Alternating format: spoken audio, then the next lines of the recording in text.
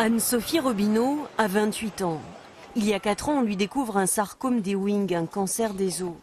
Aujourd'hui, elle est en rémission, elle travaille, elle a plein de projets. Mais parce qu'elle a été malade, impossible pour elle de faire un prêt dans des conditions normales avant l'âge de 40 ans, de penser même à acheter un appartement. Il faudra que j'attende 40 ans, c'est-à-dire 15 ans après ma rémission, pour pouvoir demander un prêt et, entre guillemets, comme tout le monde, pouvoir obtenir un prêt sans surprime. Si aujourd'hui je me présente à la banque, je vais être surprimée et je sais que les surprimes peuvent monter jusqu'à 300%. Anne-Sophie devra attendre 15 ans contre 20 ans auparavant pour ne plus avoir à déclarer sa maladie. Tous ces jeunes ont été touchés par le cancer. La maladie, on ne l'a pas choisie, on a tiré le mauvais numéro à la loterie, c'est tout. Et du coup, qu'il y ait cette double peine qui soit encore là 10 ans, 15 ans après, c'est ça. Tu ne peux pas emprunter quand tu es étudiant, que tu veux faire une bonne école, tu peux pas. Le droit à l'oubli, c'était une promesse de François Hollande. Ils attendaient tous beaucoup plus du nouvel accord passé entre l'État et les assureurs.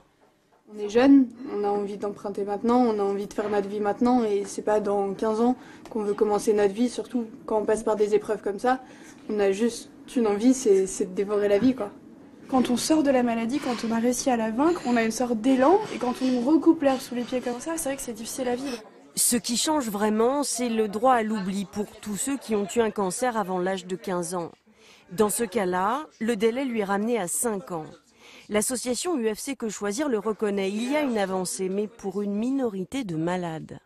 Oui, il va y avoir un léger mieux, il y a une timide avancée, mais c'est une part infime de la population concernée. Vous avez plus de 300 000 personnes qui vont à nouveau souffrir d'un accès bien faible au crédit avec les nouvelles conventions.